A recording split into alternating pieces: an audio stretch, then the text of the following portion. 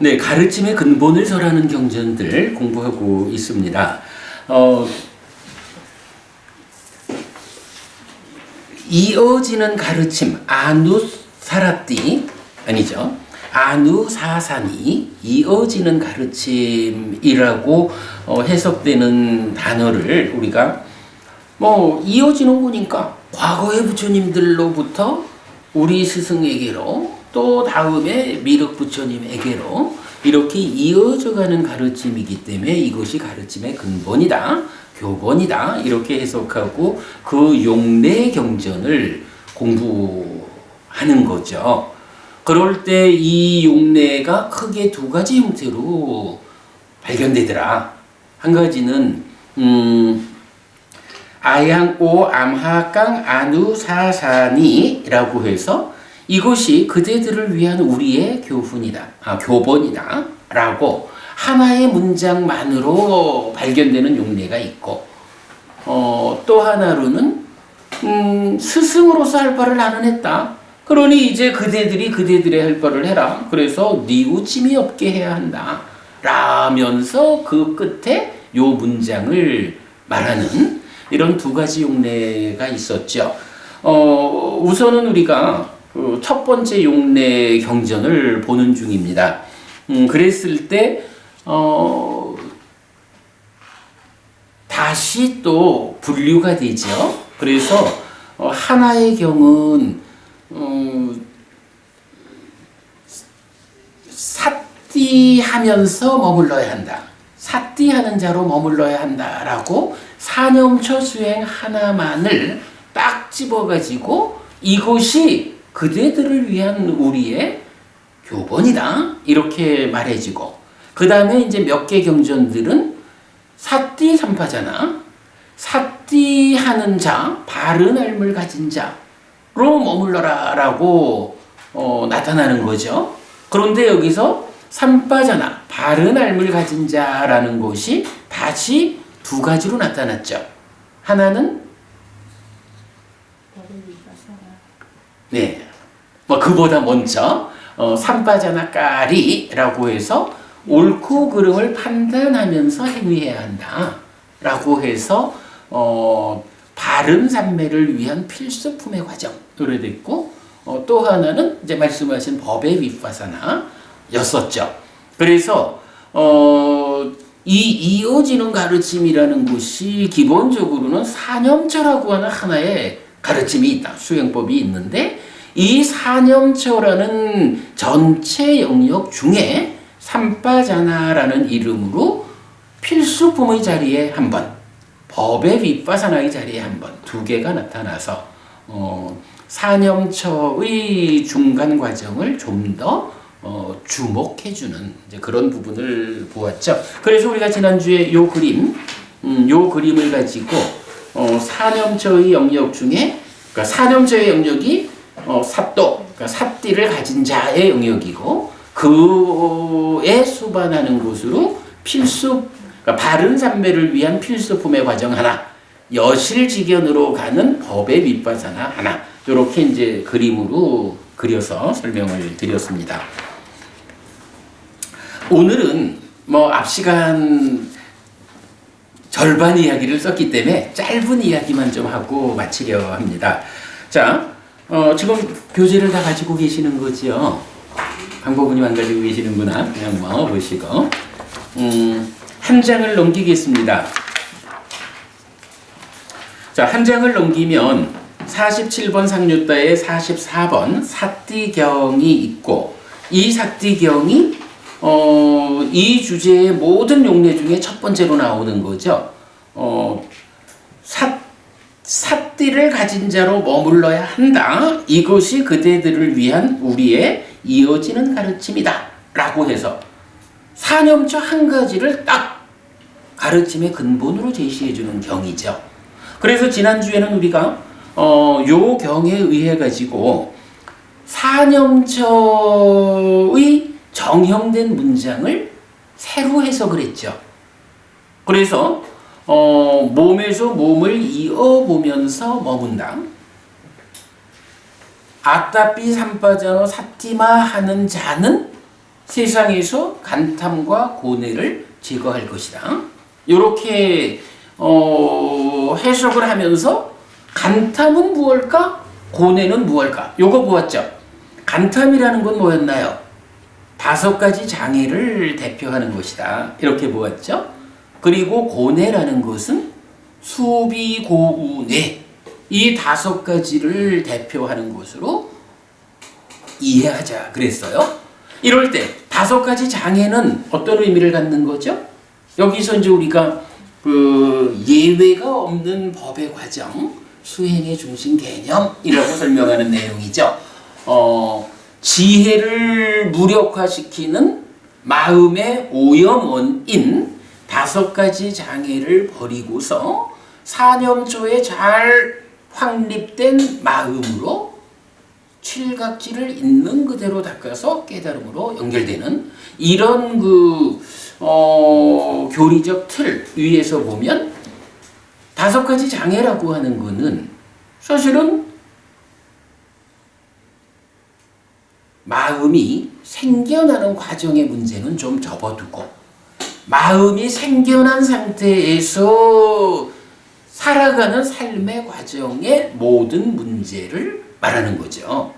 그랬을 때 사념처라는 것의 의미는 뭔가요? 바로 이 무익,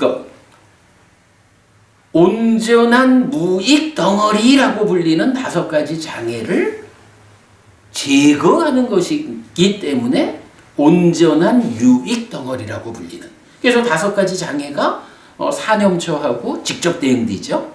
사념처가 5가지 장애를 밀어내는 만큼 칠각지가 마음 공간을 채워서 이제 마음이 생겨나는 과정의 문제를 해결하는 것이다. 이렇게 보았었죠. 이렇게 이제 5가지 장애는 마음이 살아가는 과정에 괴로움을 만드는 조건인 거예요. 그 조건을 해소하는 것이 사념처의 의미다. 그런가 하면 고뇌라는 것은 수비고우뇌를 대표하는데 이건 뭔가요?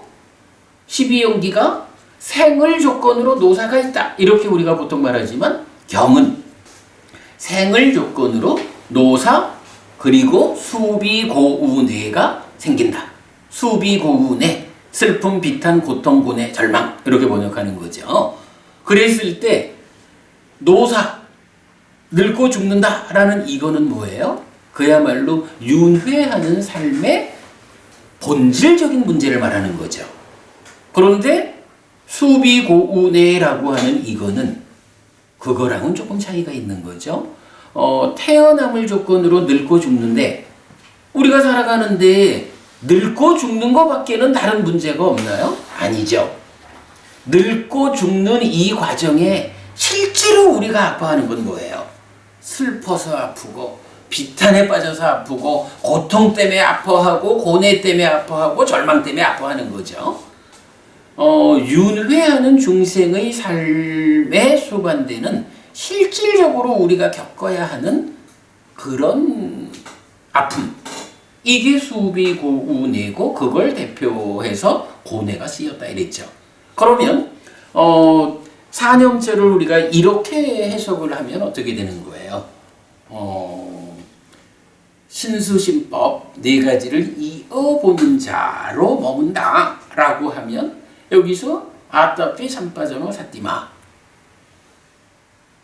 하면 바로 이렇게 마음이 생겨나는 과정의 문제는 좀 배제하고 생겨난 마음이 생겨난 마음의 삶의 과정에 문제를 일으키는 5가지 장애를 제거하는 것이 사념처다.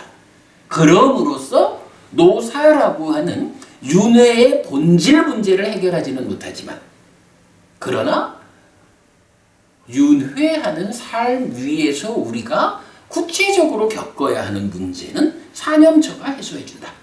이런 측면을 지난주 새롭게 해석을 했지요. 자, 이제 그 내용이 바로 사띠경에서 말하는 비구들이요. 비구는 사띠, 알아차림을 가진 자로 머물러야 한다. 이렇게 말을 한 거예요. 자, 여기서 그러면 어떻게 말을 하고 있나요? 사또 비카웨 비쿠 위하레이야 이랬거든요. 뭐 비카웨 이거는 비구들이여라고 부르는 거고, 비쿠 이거는 비구는 이래야 한다라는 주어예요. 그러니까 여기서 실제로 쓰인 말은 뭐냐 하면 사또 위하레이야 그래야 된다고.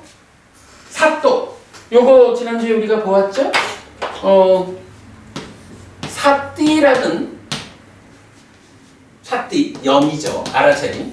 이 단어에 아를 붙여가지고 사띠를 가진 자 이런 말이죠. 그래서 요게 이가 생략되면서 사빠가 되는데 요것에 단수 주격 이렇게 되는 거죠. 그래서 사또. 그러니까 요거는 사띠를 가진 자 요거란 말이에요. 그러니까 사또라고 하는 요 단어를 이렇게 우리가 이해를 해야 사념초의 본질이 설명이 되죠.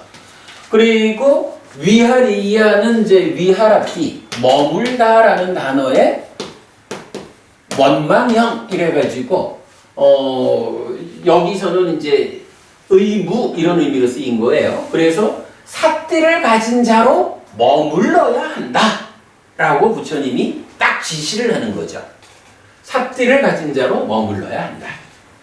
그리고 사띠를 가진 자로 머문다라는 것이 어떻게 하는 것이냐? 라고 하니까 바로 몸에서 몸을 이어보면서 머문다. 이래 해가지고 사념초 수행이 제시된 거예요. 그러니까 사념초 수행을 하는 사람이, 박 부부님, 사념초 수행을 하는 사람을 뭐라고 불러야 돼요? 사념초 수행을 하는 사람. 수행자. 을 뭐라고 불러야 돼? 그 수행자를? 그 수행자를 부르는 말이 따지자면 이건 거야.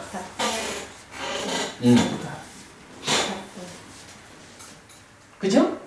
이렇게 지금 말하잖아. 부처님이 삽띠를 가진 자로 머물러야 한다. 이것이 그대들을 위한 우리의 이어지는 가르침이다. 라고 하고는 그 다음에 깍던쩍 해가지고 무엇이 삽띠를 가진 자인가? 이랬단 말이야. 누가 삽띠를 가진 자인가? 라고 하면서 사념초 수행을 부처님이 답으로 줬잖아요. 그러니까 우리가 신수신법 사념초 수행을 한다 라고 말하는 이 수행자를 칭하는 말이 사또가 되는 거예요. 삽띠를 가진 자. 이 말씀 이해되죠, 여러분? 그러면 이제 여기서 한 가지 문제를 제시해 보자고. 삽띠를 가진 자라고 했어요. 삽띠를 가진 자가 됐는데 삽띠를 가진 자는 어떻게 한다고? 앉아가지고 수행을 하겠지. 근데 그 수행을 어떻게 한다고? 신수신법. 호흡에서 호흡을 이어보면서 머무는 일을 하는 거예요. 앞다피 삼파전어 삿띠마.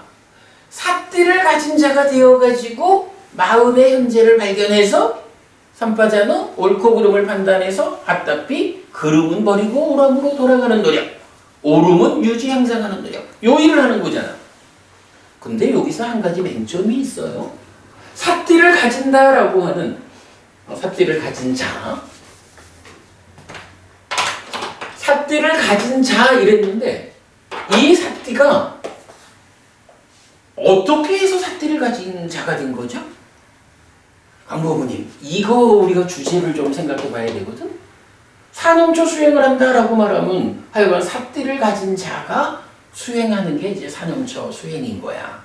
근데 누가 삽띠를 가진 자일까? 어떻게 삽띠를 가진 자가 될까? 이 부분이 김부모님 설명되고 있나요? 그게 설명이 안 돼 있죠. 이게 우리가 좀 엄밀하게 봐야 되는 주제예요. 이거 그냥 사념초 수행을 하는 건데 거기에 그런 말이 필요해? 이럴 수도 있거든. 근데 우리가 엄밀하게 따져보면 사또라는 이 말은 분명히 삽띠를 가진 자예요. 삽띠가 있는 거예요. 그죠?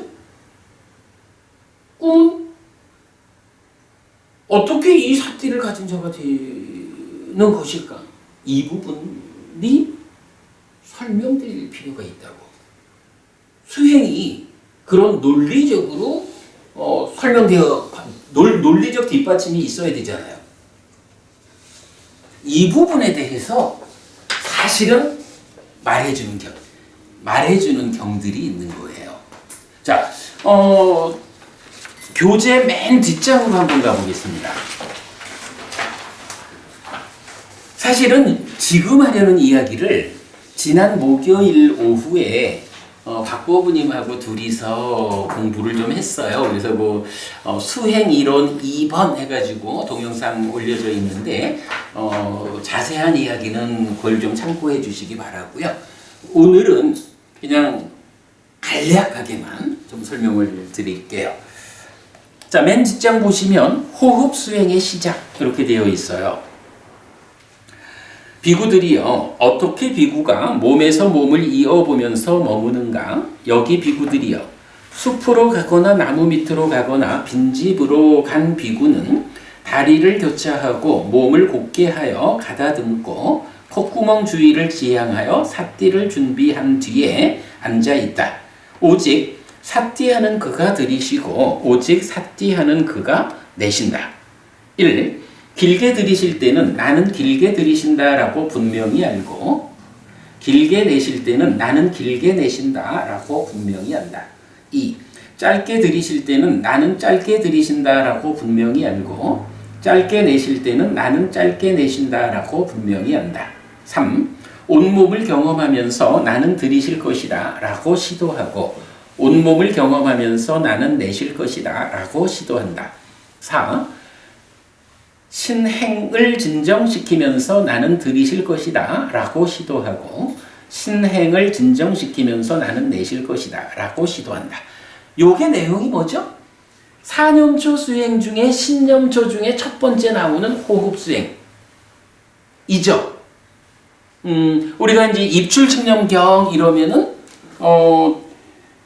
이 네 단계로 나온 것의 뒷부분까지를 해가지고 호흡 수행의 전개 과정을 16단계로 설명하고 있죠. 입출측념경은. 그런데 4념처를 설명하는 그러니까 대념처경, 여기서는 신수신법으로 설명을 하면서 신념처 수행을 여러 가지로 제시하죠. 다음 주에 우리가 더 보기로 하고요. 그 중에 호흡 수행을 설명할 때는 16단계가 아니라 앞에 4단계만을 말하고 있죠. 자, 여기에서 이제 우리가 이 부분을 보는 거예요. 첫 마디가 이렇어요. 어떻게 비구가 몸에서 몸을 이어보면서 머무는가? 자, 몸에서 몸을 이어보면서 머무는가? 그게 뭐죠? 4념초 수행 중에 신념초의 출발 자리가 비구는 몸에서 몸을 이어보면서 머문다. 이렇게 나오죠. 바로 그거랑 몸에서 몸을 이어보면서 머문다라는 이 일을 누가 하느냐 하면 삿띠를 가진 자가 하는 거잖아요. 그죠?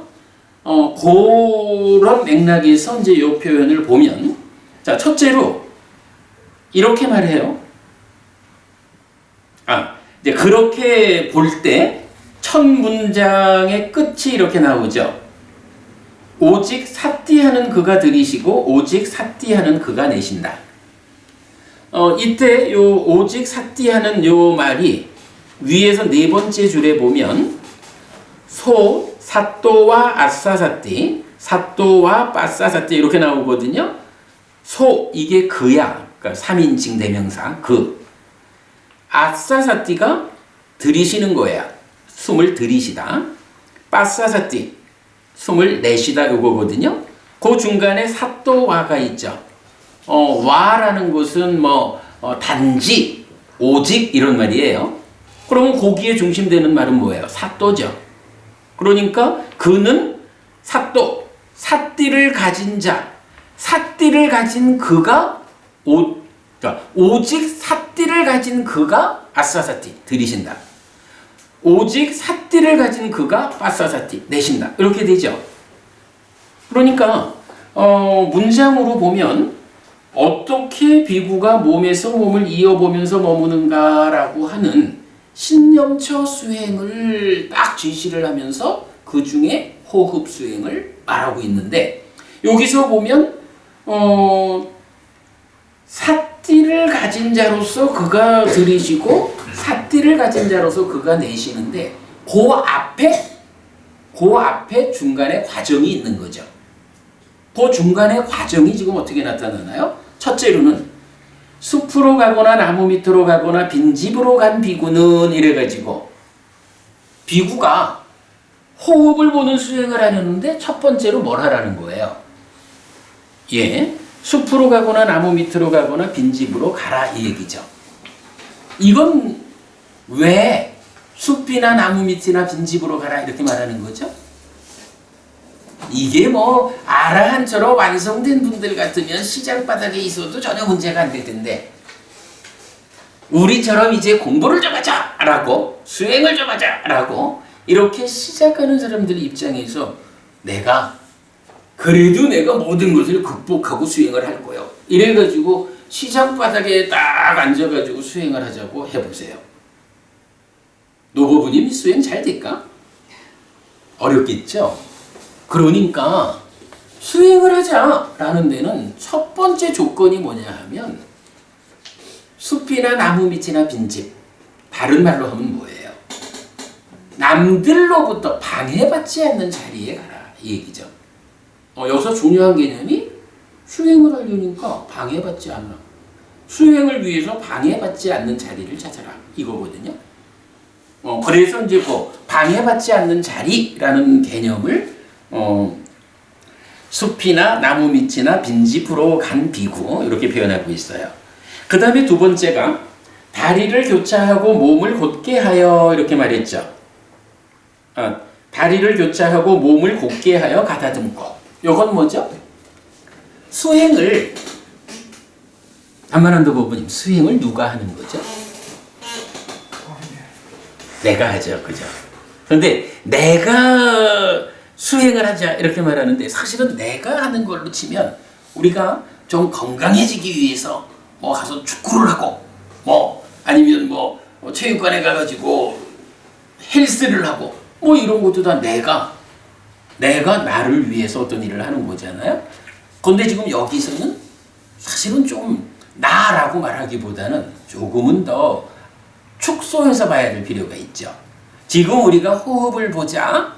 호흡을 보는 수행을 통해서 삶을 향상하자라고 말할 때는 그러니까 포괄적으로 나라는 개념보다는 몸과 함께하는 마음이라는 개념이죠.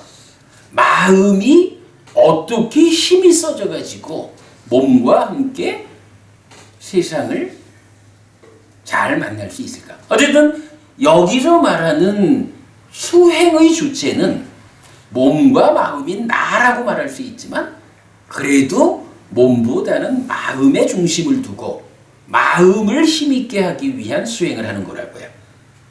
근데 이제 문제는 마음이라는 게 어디 있어요? 마음이 몸을 떠날 수가 있나요? 못 떠난다고요. 몸과 마음은 서로 조건되는 거기 때문에 마음이 몸을 떠나서 뭐 유체이탈 뭐 이런 거 교리적으로 안 맞아요. 근데 그러다 보니까 정작 해야 하는 일은 마음이 힘이 써지기 위한 일을 하는 건데 자, 숲이나 나무 밑이나 빈집으로 간 거 요거는 뭐예요? 몸과 마음이 함께 한 것으로의 내가 남들로부터 방해받지 않는 자리를 찾은 거죠. 그러면 이제 내가 방해받지 않는 자리를 찾은 요 상태에서는 2차적으로 필요한 건 뭐예요? 마음이 중심된 수행을 하려니까 몸한테도 이 마음이 방해받지 않아야 되는 거예요. 이런 부분이 필요하겠죠. 그런데 만약에 수행을 하자라고 앉아가지고 비비비비 막 이리저리 막 몸을 비틀고 뭐 움직이고 이래 하면 마음이라는 게 어쨌든 몸 안에 있다 보니까 몸이 움직이는 만큼 마음도 흔들리잖아요. 이런 측면을 봐야 되죠. 그래서 마음이 수행을 하자라고 하는 여기에는 남들로부터 방해받지 않는 것에 더해가지고 몸으로부터도 방해받지 않아야 되거든요. 그러니까 첫째로는 몸이 흔들리지 않아야 되는 거예요. 몸이 딱 고정돼 주어야 몸 안에 있는 마음이 몸 때문에 따라서 흔들리지 않고 자기 할 일을 할 수 있다. 이런 개념이죠. 그래서 이제 어쨌든 다리를 튼튼하게 땅에 대고 앉아서 허리를 고추 세우자. 그 표현을 지금 경에서는 다리를 교차하고 몸을 곧게 하여 가다듬고 이렇게 표현한 거죠. 그러니까 특히 어려운 일은 아닙니다. 그냥 몸이 마음을 방해하지 않도록 몸을 고정하자. 근데요, 이게 김보부님, 몸이 마음을 방해하는 일이 사실은 어디까지 가죠?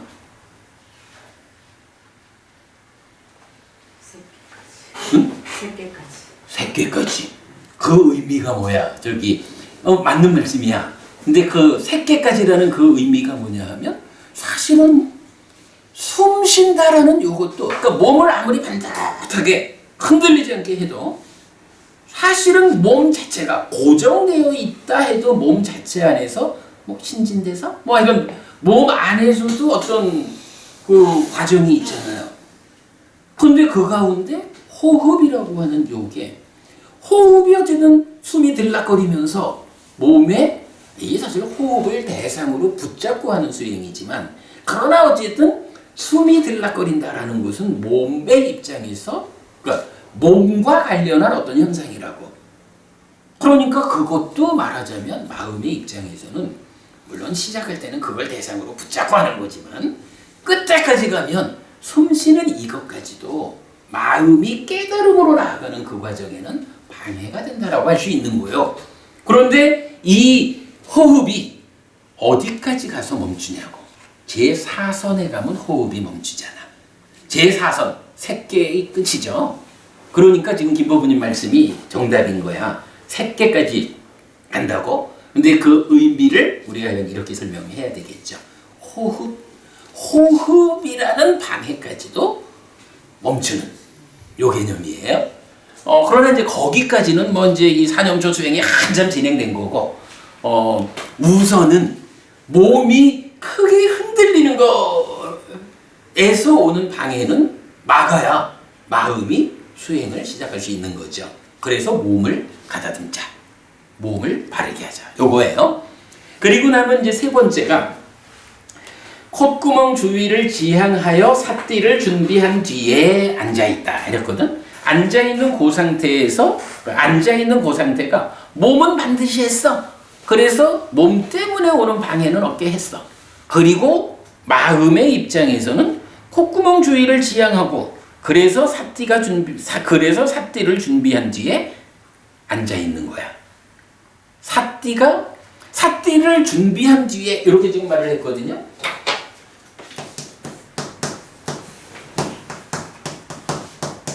요게 지금 어디로 연결된 거죠?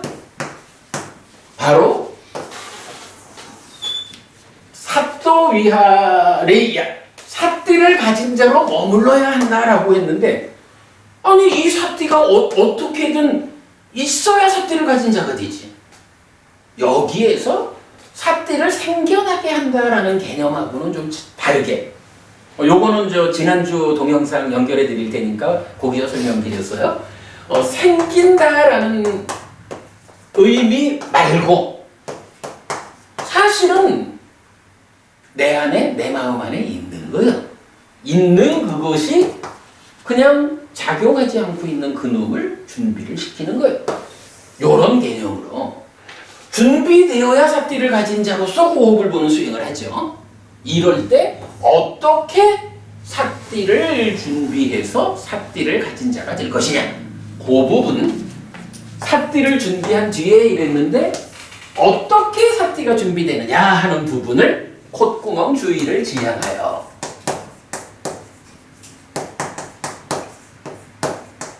여기서는 이제 지향하여 이랬는데 지난주 우리가 수업한 데에서는 이 부분을 문법적으로 절대체라는 문법의 의미를 설명하면서 구체적으로 콧구멍 주위를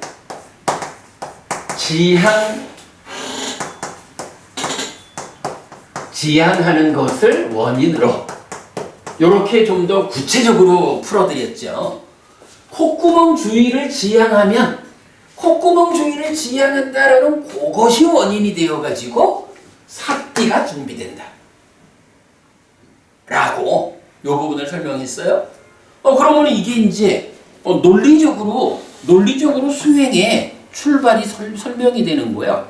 어쨌든 사념처 수행을 해야 돼. 근데 사념처 수행, 몸에서 몸을 이어보면서 머문다? 이렇게 나가는 사념처 수행이 이 경에 의하면 그게 삿띠를 가진 자로 머무는 일이야. 그런데 그 삿띠가 어떻게 준비되어 가지고 삿띠를 가진 자로서 사념처 수행을 할까? 이 부분에 대해서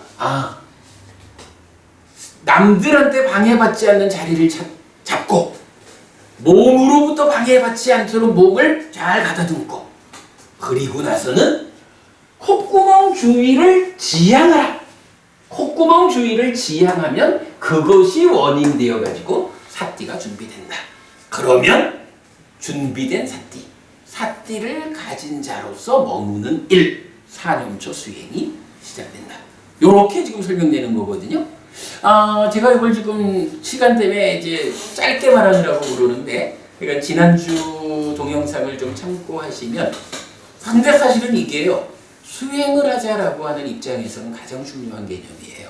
그리고 지난주 설명에서는 요거 한 단계 더 나가서, 그렇다면 콧구멍 주위를 지향하는 것이 원인이 되어서 삿띠가 준비되는데, 콧구멍 주위를 지향하는 이 일은 또 어떻게 하는 거지? 김부모님, 그죠? 콧구멍 주위를 지향하며 삿띠가 준비되거든? 콧구멍 주위를 지향하는 이 일을 또 그럼 어떻게 해야 되는 거예요? 이게 필요하죠. 경전은, 약간 지난 수업에서 거기까지 설명을 드렸어요. 아누사라띠, 아누위따케띠. 아누위따케띠, 아누위짜리띠. 요런 표현이 나타나는데, 계속해서 기억한다. 계속해서 기억하고 계속해서 위따끼띠 생각을 떠오르게 하고 윗자리띠 거기로 접근하고 요렇게 이제 교리적으로 설명이 되는데 그래서 중요한 거는 요거예요. 콧구멍 주위를 어떻게 지향할 수 있을까? 그렇게 지향된 걸 원인으로 삿띠가 준비될까? 요 의미에서 계속해서 기억하는 일이 콧구멍 주위를 지향하는 일이다. 그래서 어떻게 기억하자는 거예요? 내가 지금 호흡 수행을 하는 자예요. 그러니까 호흡이라는 이 말을 기억하자. 호흡. 공기가 들어갈 때 흡이라고 기억하고 공기가 나갈 때 호라고 기억하고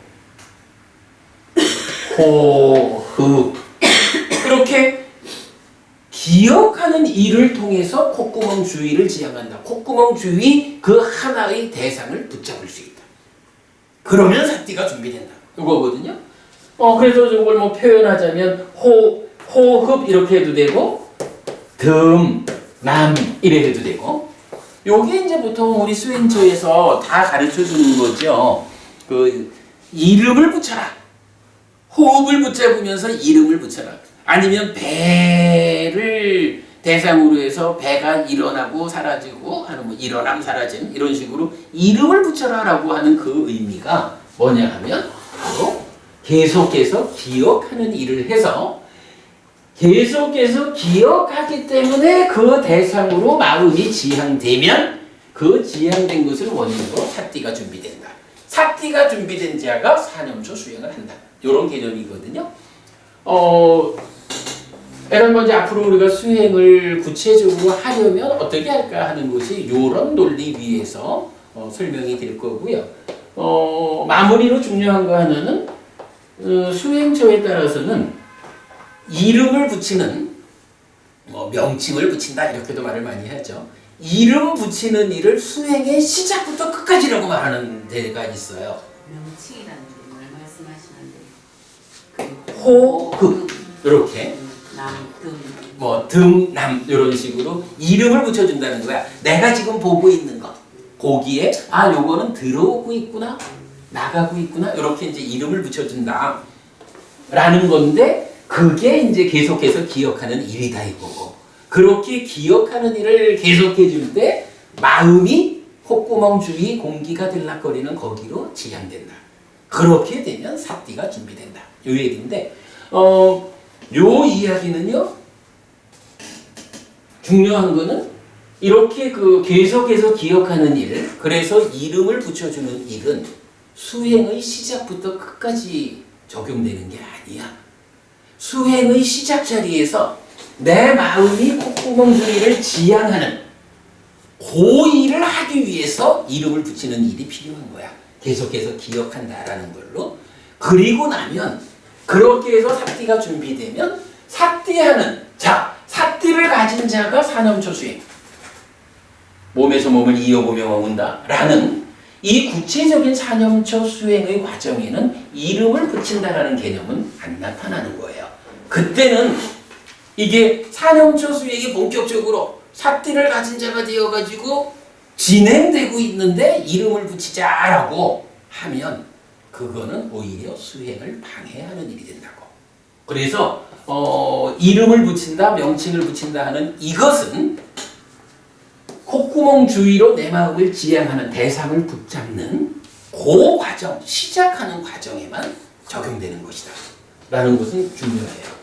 자, 어쨌든 뭐 이렇게 해서 이어지는 가르침 중에 첫 번째 그 사띠를 가진 자가 되어야 한다.